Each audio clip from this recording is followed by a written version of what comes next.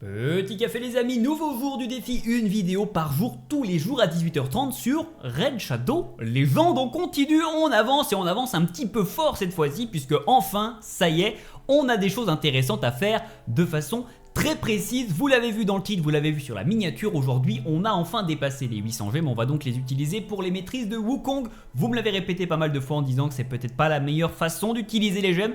J'ai bien compris, mais c'était l'objectif, on reste sur l'objectif et pour les prochaines, on verra où on les utilise et je farmerai un petit peu plus les différents donjons et autres choses importantes pour obtenir des parchemins. En l'occurrence, c'est le labyrinthe du Minotaure qui nous en donne effectivement et mon level, je vais pouvoir avec les maîtrises et ce que j'ai débloqué clairement avancer sur ces étapes 11-12 sans trop de problèmes et assez rapidement puisque si on est encore un peu bas level, ça commence à faire 2-3 minutes des fois par combat. Bon là j'ai fait 56 secondes la première fois, donc là après avoir pas mal amélioré mes personnages, je pense que je peux descendre en dessous des 40 voire peut-être aller chercher les 30 secondes, ce qui est déjà beaucoup plus rapide pour obtenir tous ces parchemins. Mais c'est pour plus tard, on s'occupera de farmer tout ça après.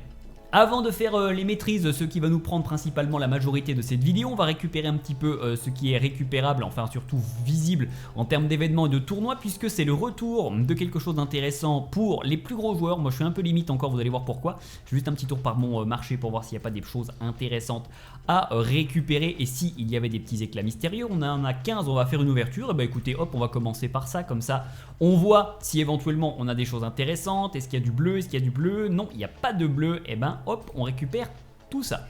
Donc effectivement c'est le retour des éclats prismatiques, comment ils appellent ça, des éclats de prisme tout simplement, voilà. Donc qui ont une chance non négligeable de vous envoyer un légendaire, 6%, c'est quand même particulièrement haut, hein, bien plus haut que les éclats classiques qu'on a l'habitude d'ouvrir. 94% d'envoyer du épique parmi cette liste effectivement, donc c'est intéressant des éclats de prisme. Par contre, c'est particulièrement dur à obtenir puisque les seuls moyens d'obtenir ça, c'est d'obtenir des récompenses de tournois qui sont généralement assez difficiles à atteindre. C'est généralement les pavés assez hauts, hein, les paliers plutôt assez hauts effectivement. Là on a de la chasse aux âmes, c'est-à-dire qu'il faut éclater les pierres d'âme à fond et à fond et à fond, donc il faut en avoir un paquet et en plus c'est pas l'événement x2 en même temps, donc c'est un peu difficile à faire, mais effectivement il faut sacrifier des âmes. Sinon le plus facile entre guillemets, vous allez voir, c'est le tournoi de formation de champion, mais il faut atteindre 10 000 points sur les formations de champion et si comme moi vous êtes à mon niveau, c'est-à-dire un niveau assez débutant, c'est quasi inatteignable puisqu'il faut vraiment monter des champions level 6 pour atteindre ce genre de niveau de points. En sachant que j'ai appris une petite astuce importante éventuellement pour ceux qui feraient ce genre de tournoi, je vais vous en parler dans un instant, mais il faut quand même avoir beaucoup de bières et de boissons à mettre pour pouvoir évoluer les personnages suffisamment vite, parce que sinon on n'a jamais assez d'énergie, hein, bien sûr, en jouant en free to play, bien sûr, hein, effectivement, ça ne passe absolument pas, on est obligé d'obtenir des boissons, d'utiliser des boissons, et de mon côté, les boissons, voilà, hein, j'en ai pas 10 000, quand j'ai vu des images de gens qui en avaient plus de 10 000, c'est n'importe quoi, je sais même pas comment les gens font pour en accumuler autant, c'est incroyable je trouve, mais ou peut-être que plus tard dans des donjons, des trucs précis, peut-être qu'on en obtient plus souvent, mais en tout cas moi j'en ai quelques dizaines à gauche à droite, mais je suis déjà content, hein, c'est bien, mais ça suffit pas pour obtenir 10 000 points sur le tournoi pour l'éclat de prisme, donc de mon côté c'est inaccessible, mais je sais que certains d'entre vous peut-être, et effectivement donc j'ai appris que pour faire des points sur les tournois, donc les champions quand on les monte, hein, vous allez sacrifier des champions plus petits, par exemple pour monter, on va prendre un exemple, 5 en 6, vous devez sacrifier 5 étoiles, hein, effectivement, quand vous sacrifiez des champions au niveau inférieur, s'ils sont niveau 1, alors pour le personnage ça ne change rien, par contre en termes de points de tournoi, plus vous sacrifiez des champions qui ont un niveau et pas qui sont level 1, plus ça va monter dans des niveaux un peu plus hauts, plus vous allez gagner des points en tournoi. Donc si jamais vous essayez de faire ces points là et que vous montez par exemple des 4 étoiles, bon là j'ai pas de trucs, mais par exemple des 2 étoiles, si vous sacrifiez des 2 étoiles level 10, 15 par exemple, vous allez gagner beaucoup plus de points dans ces tournois de montage de champions effectivement. Donc voilà, pour ceux éventuellement qui tenteraient de faire ça, essayez de monter ces champions. Donc là aussi il faut les monter soit en mode à l'énergie, en mode campagne, et là dans ce cas là il faut avoir un paquet d'énergie et être motivé, soit avec des bières, et comme ça vous les montez assez rapidement et vous pouvez gagner plus de points. Voilà, j'ai vu des gens qui m'ont partagé ça sur le Discord du clan, et effectivement ça faisait une sacrée grosse différence quand on sacrifiait des personnages avec certains niveaux et non pas des level 1. Donc voilà, éventuellement pour ceux qui voudraient tenter d'aller chercher ces paliers terriblement inaccessibles pour moi. Mais bon, je suis content, déjà j'ai obtenu ma petite pierre d'âme avec mon petit 1000 points, c'est plutôt sympa. Et peut-être éventuellement des premiers fragments, hein, toujours là les fragments pour ce personnage. Par contre, autant d'habitude les événements pour les légendaires, j'ai l'impression que des fois ils durent 2 secondes. Et alors là, celui-là, sa tête, j'ai l'impression que je la vois depuis 6 mois, c'est incroyable. Alors après, c'est 5 éclats par 5 éclats, hein. C'est aussi pour ça que ça prend du temps pour pouvoir obtenir 100 éclats pour ce personnage invocable. En l'occurrence, pareil, je n'ai pas réussi à en obtenir un seul de mon côté, donc ce sera pour plus tard. Bon, donc voilà pour les petits événements, le retour des éclats de prisme, hein. Si jamais il y en a qui arrivent à en avoir, n'hésitez pas à nous partager un petit peu vos astuces et vos idées en commentaire pour les débloquer plus facilement, mais je pense qu'il n'y a pas de technique magique. Bon, donc aujourd'hui, ce que je voulais bien sûr faire principalement, c'est donc effectivement augmenter les maîtrises de mon petit Wukong. Effectivement, on va donc les débloquer. Donc comme toujours, les maîtrises, il y a 3 catégories que vous pouvez voir, attaque, défense et soutien.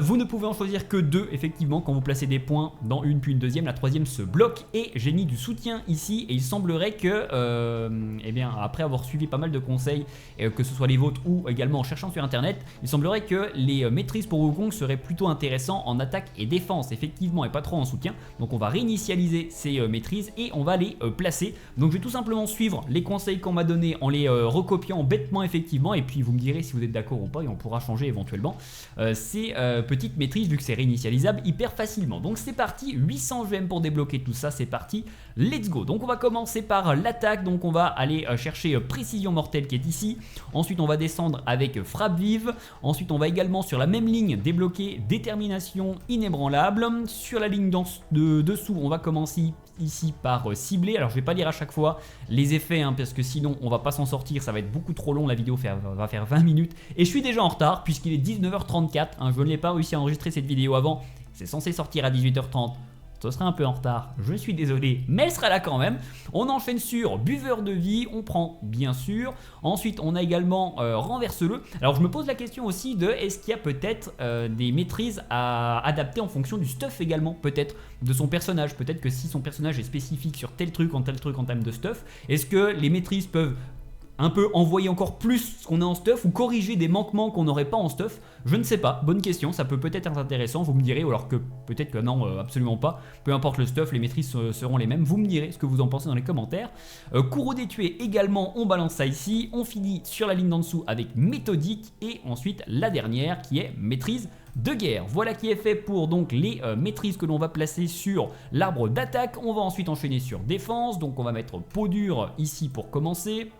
Ensuite on va descendre juste en dessous avec l'anti-déflagration, on passe sur la ligne d'en dessous avec renaissant, ensuite avec mort retardée et on termine sur la ligne de dessous parce qu'on ne pourra pas aller chercher la dernière avec châtiment qui est ici et la petite dernière qui est dissuasion. Voilà qui est fait pour les maîtrises que j'aurai donc implémentées sur mon Wukong qui est désormais maintenant prêt à tout éclater puisqu'effectivement donc il est level 60, toutes les étoiles en violet. Alors, bien sûr et les étoiles rouges, on essaye d'avoir des âmes dès que possible effectivement. Les maîtrises sont faites, les compétences sont pas encore améliorées au max parce qu'il me manque forcément des livres à légendaires, mais on essaie d'en obtenir. Il me manque la grâce également qu'on pourra ajouter après. J'ai donc la baguette qu'on a obtenue qui est donc une relique légendaire qui, vous m'avez dit, allait bien sur Wukong, je l'ai donc implémentée. Et en termes de stuff, on a encore des choses à faire et à changer. On est attaque, vitesse en l'occurrence. Et avec des statistiques disons moyennes, mais ça le stuff c'est pareil que pour tous mes autres personnages, je vais m'occuper de les améliorer en termes de stuff dans pas très longtemps dès que j'aurai bien amélioré mes champions et notamment l'apothicaire qui va pas tarder à venir voir son tour puisque je suis en train de monter les autres champions et que j'ai déjà 3 personnes à sacrifier. Donc voilà comment les choses avancent, une petite mission enfin, ça y est, cette mission de l'histoire principale je la traîne depuis 6 mois puisque fallait que je monte des maîtrises pour 2 champions et ça y est, c'est validé, on peut donc continuer enfin d'avancer dans les missions d'histoire, ça faisait longtemps. Objectif éclat sacré, objectif tome légendaire, objectif champion légendaire. Ok, ça c'est les prochains objectifs, on va continuer d'avancer là-dedans. Il en manque encore un peu, hein, effectivement. Il y a du boulot, mais c'est pas grave, au moins on peut continuer. Donc voilà, écoutez, c'était ce que je voulais faire avec vous aujourd'hui. Finalement la vidéo était pas si courte, c'est très bien.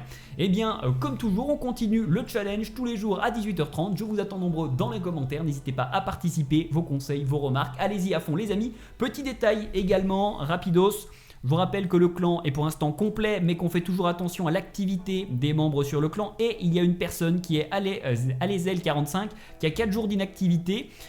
Donc, comme toujours, on fait une première remarque effectivement, mais il est probable que bientôt, si ça ne s'améliore pas, il y a une place qui se libère dans le clan.